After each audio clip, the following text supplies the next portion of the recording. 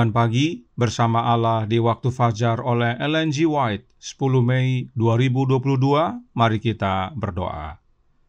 Bapa kami yang di sorga, Allah pencipta langit dan bumi, laut dan segala isinya, Allah yang maha besar, maha kuasa, sumber segalanya, yang kami sembah selalu melalui anak-Mu yang tunggal, Yesus Kristus. Terpujilah Yesus, anak Allah yang maha tinggi, yang adalah anak domba yang menghapus dosa dunia ini. Pada pagi hari ini kami bersyukur boleh bangun dan berbakti, dan sebagaimana membaca dan mendengarkan nasihat firman-Mu, kiranya ini menjadi pembaharuan bagi masing-masing kami, agar kami menjauhi segala kejahatan. Beserta kami sepanjang perbaktian ini, kehendak-Mu yang jadi, karena kami berdoa dan memohon ampun akan segala dosa dan kesalahan kami, hanya melalui satu jalan, yaitu anak-Mu yang tunggal, Yesus Kristus, yang adalah Tuhan dan Juru Selamat kami. Amin. Renungan hari ini, tanggal 10 Mei tahun 2022, berjudul Jauhkanlah Segala Kejahatan. Ayat inti terdapat dalam Ayub 11 ayat 13 yang berbunyi, "Jikalau engkau ini menyediakan hatimu dan menadahkan tanganmu kepadanya, jikalau engkau menjauhkan kejahatan dalam tanganmu dan tidak membiarkan kecurangan ada dalam kemahmu." Tetapi janganlah ada seorang pun yang menipu dirinya sendiri dengan menganggap bahwa Allah di dalam kasih-Nya yang agung dan berkemurahan akan menyelamatkan orang-orang yang menolak karunia-Nya. Dosa-dosa yang terbesar hanya ditimbang di dalam terang salib itu. Bila orang mengatakan bahwa Allah terlalu baik untuk mencampakkan orang yang berdosa, biarlah dia memandang pada salib Golgota. Karena tidak ada jalan lain lagi di mana manusia dapat diselamatkan, karena tanpa pengorbanan mustahil manusia dapat melepaskan diri dari kuasa dosa yang menajiskan dan dapat dipulihkan untuk berhubungan dengan makhluk-makhluk yang suci. Mustahil bagi mereka menjadi orang yang turut ambil bagian dalam kehidupan rohani itu. Oleh karena inilah Kristus telah menanggung atas dirinya sendiri kesalahan orang yang tidak menurut dan menderita di dalam sengsara orang berdosa. Kasih, penderitaan, dan kematian anak Allah semuanya menyaksikan betapa dahsyatnya dosa, serta menyatakan bahwa tidak ada jalan kelepasan dari kuasanya, tidak ada pengharapan hidup yang lebih tinggi kecuali melalui penyerahan jiwa kepada Kristus. Orang-orang berdosa sering memaafkan diri mereka sendiri dengan mengatakan celaan kepada orang yang mengaku dirinya orang Kristen. Saya juga sama baik dengan mereka itu. Mereka tidak mempunyai penyangkalan diri sendiri, sabar atau berhati-hati dalam tingkah laku mereka, sama seperti saya. Mereka senang kepelesiran dan memanjakan nafsu diri sendiri, sama juga dengan saya. Dengan demikian, mereka membuat kesalahan-kesalahan orang lain sebagai maaf atas kelalaian mereka terhadap kewajiban mereka. Tetapi, dosa-dosa dan kesalahan-kesalahan orang lain tidak memaafkan siapapun, karena Tuhan tidak pernah menunjukkan teladan yang salah kepada umat manusia. Waspadalah terhadap menunda-nunda. Jangan lengah membuang dosa-dosamu, lalu mencari kesucian hati melalui Kristus. Di dalam hal seperti inilah, ribuan orang telah tersesat dan menemui kebinasaannya untuk selama-lamanya. Dikutip dari Kebahagiaan Sejati halaman 34 dan 35. Selamat pagi, saudaraku dalam Tuhan. Kita dinasihatkan untuk menjauhkan segala kejahatan. Mengapa kita harus jauhkan segala kejahatan? Kebahagiaan Sejati halaman 27 paragraf 1 berkata, "Dosa, betapa kecil pun anggapan atasnya, jikalau selalu dilakukan, akhirnya akan membinasakan jiwa. Apa yang belum kita taklukkan akan menaklukkan kita dan akan mendatangkan kebinasaan atas diri kita sendiri." Inilah dasarnya mengapa kita harus menjauhkan segala kejahatan. Sebab satu dosa saja, meskipun dianggap kecil, namun jika terus dilakukan, akhirnya membinasakan jiwa kita. Contohnya adalah Adam dan Hawa. Tentang mereka berdua, Roh Nubuat menjelaskan dalam Kebahagiaan Sejati halaman 27 paragraf 2, berbunyi, Adam dan Hawa meyakinkan diri mereka sendiri bahwa di dalam perkara kecil seperti memakan buah pohon larangan itu tidak akan mendatangkan akibat yang mengerikan seperti yang pernah dikatakan oleh Tuhan Allah. Manakah yang terjadi? Apakah yang Adam dan Hawa pikir hanya sekedar perkara kecil, atau apa yang firman Tuhan katakan? Yang terjadi adalah yang firman Tuhan katakan, bahwa jika memakan buah pohon terlarang itu, maka kita akan mati.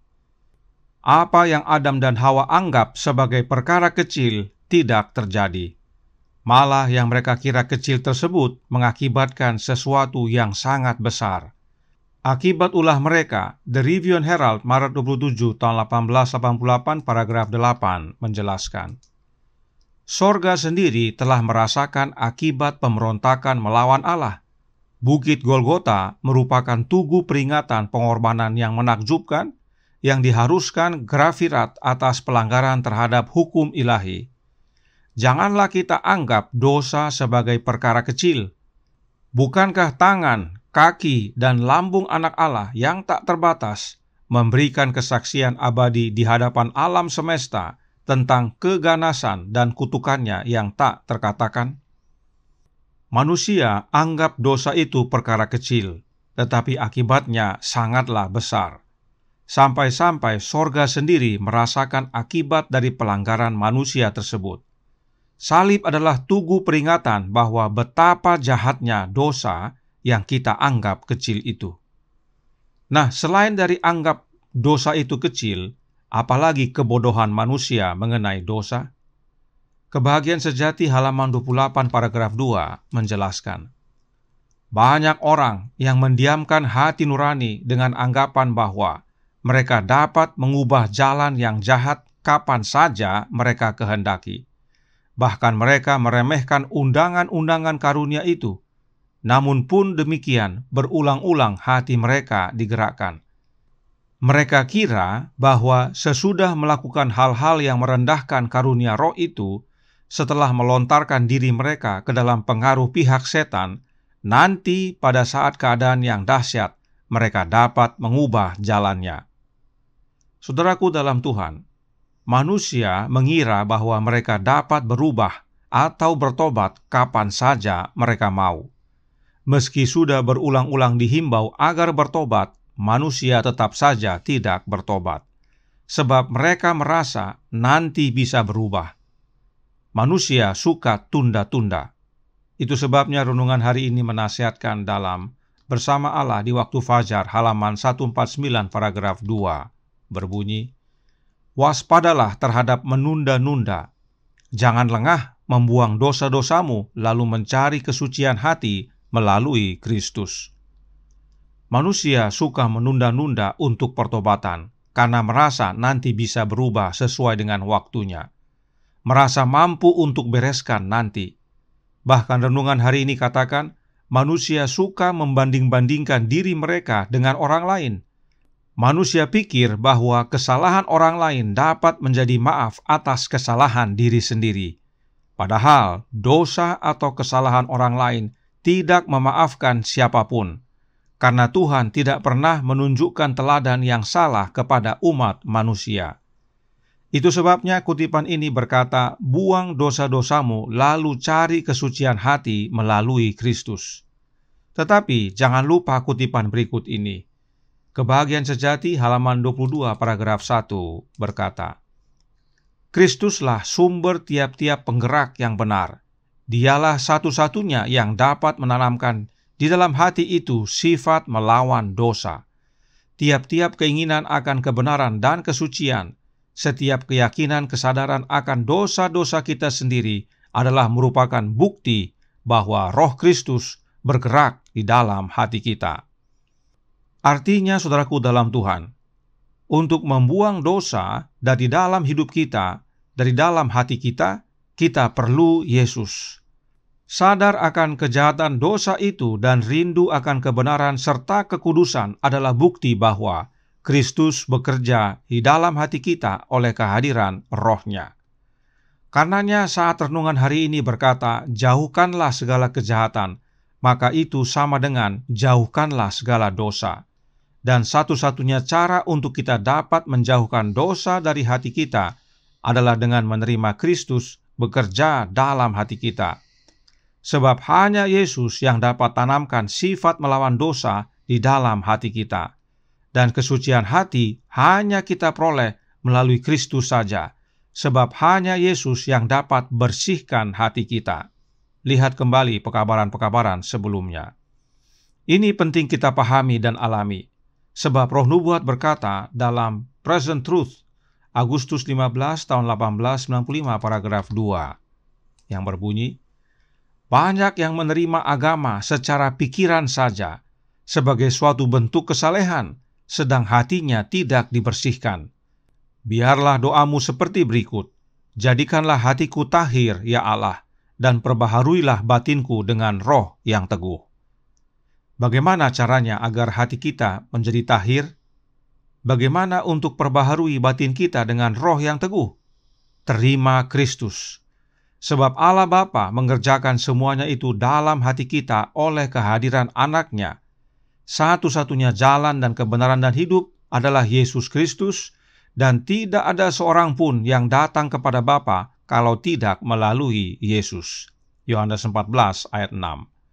Kiranya ini menjadi pembaharuan bagi kita semua untuk menjauhi segala kejahatan, jauhi segala dosa, dan itu hanya dengan menerima Kristus dalam hati kita oleh kehadiran Roh-Nya. Dan jangan tunda. Tuhan memberkati, saya bawa dalam nama Yesus. Amin. Mari kita berdoa. Bapa kami yang di sorga, Allah pencipta langit dan bumi, laut dan segala isinya, Allah yang maha besar, maha kuasa, sumber segalanya, yang kami sembah selalu melalui Anak-Mu yang tunggal, Yesus Kristus. Terima kasih ya Bapa atas nasihat indah pada pagi hari ini, agar kami menjauhkan segala kejahatan, dan satu-satunya cara untuk melakukannya adalah dengan menerima Kristus dalam hati kami. Sebab Kristus tidak hanya menanamkan sifat melawan dosa dalam hati kami, tetapi Kristus jugalah yang membersihkan hati kami. Kristuslah yang menguduskan hidup kami. Oleh karena itu, kiranya doanya Daud menjadi doa kami. Jadikanlah hati kami tahir, ya Allah, dan perbaharuilah batin kami dengan roh yang teguh. Oleh sebab itu, curahkan ya Bapa roh Anak-Mu dalam hati kami, karena hanya oleh kehadiran roh Anak-Mu lah kami dapat diperbaharui. Beserta kami sepanjang hari ini, kehendak-Mu yang jadi, ampun kami akan dosa dan salah, karena kami berdoa hanya dalam nama Anak Allah yang tunggal, Yesus Kristus, yang adalah Tuhan dan Juru Selamat kami. Amin.